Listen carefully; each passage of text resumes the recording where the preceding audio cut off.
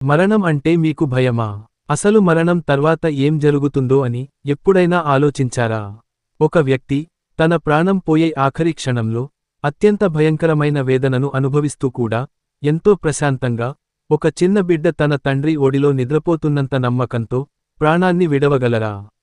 అది తనే స్వయంగా తన ప్రాణాన్ని దేవునికి అప్పగించగలరా?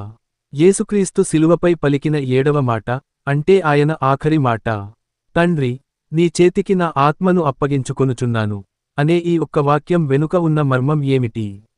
ఇది కేవలం ఒక ప్రార్థన మాత్రమేనా, లేక మరణంపై సాధించిన ఒక గొప్ప విజయమా? ఈ రోజు మనం ఈ సుదీర్ఘ ధ్యానంలో ఆఖరి క్షణంలో యేసు చూపిన సంపూర్ణ విధేయతను మరియు మన జీవితాలకు ఇది ఇచ్చే గొప్ప నిరీక్షణను గురించి వివరంగా తెలుసుకోబోతున్నాం. లూకా సువార్త 23వ అధ్యాయం 46వ వచనంలో ఈ అద్భుతమైన సన్నివేశం మనకు కనిపిస్తుంది. ఆ సమయంలో కల్వరి కొండపై వాతావరణం చాలా భయంకరంగా ఉంది. మధ్యాహ్నం 12 గంటల నుండి 3 గంటల వరకు దేశమంతటా గాఢాంధకారం కమ్మేసింది. సూర్యుడు తన తేజస్సును కోల్పోయాడు. సరిగ్గా అదే సమయంలో దేవాలయపు తెర నడిమధ్యకు చిరిగిపోయింది. పాపానికి పరిశుద్ధతకు మధ్య ఉన్న అడ్డుగోడ కూలిపోయిన క్షణం అది. అంతటి వేదనలో, అంతటి చీకటిలో యేసుక్రీస్తు గొప్ప శబ్దంతో కేకవేసి ఈ మాట పలికారు. శిలువపై యేసు పలికిన మాటలలో మొదటిది మరియు చివరిది తండ్రి అనే సంబోధనతోనే మొదలవుతాయి. శిలువపై భరించలేని నొప్పి, అవమానం మరియు లోక పాపభారం ఉన్నప్పటికీ దేవునితో ఆయనకున్న సంబంధం చెక్కుచెదరలేదు. కీర్తనల గ్రంథం 31వ అధ్యాయం 5వ వచనంలో భక్తుడైన దావీదు పలికిన ప్రార్థనను యేసు ఇక్కడ నెరవేరుస్తున్నారు. అయితే దావీదు కేవలం యెహోవా అని సంబోధిస్తే యేసు మాత్రం తండ్రి అని పిలుస్తున్నారు.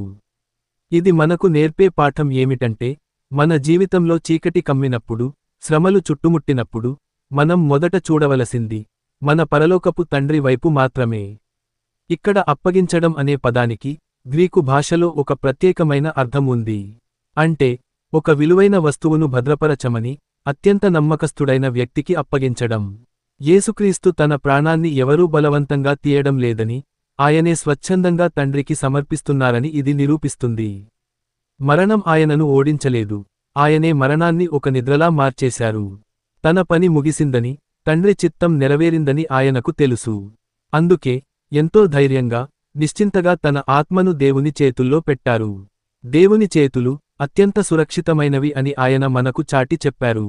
ప్రియమైన వారులారా, లూకా 23:46 వచనం మనకు ఇచ్చే సందేశం ఒక్కటే. అది నమ్మకం.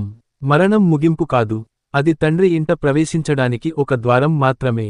యేసుక్రీస్తు చూపిన ఈ మార్గంలో మనం నడిచినప్పుడు మన జీవితం ధన్యమవుతుంది.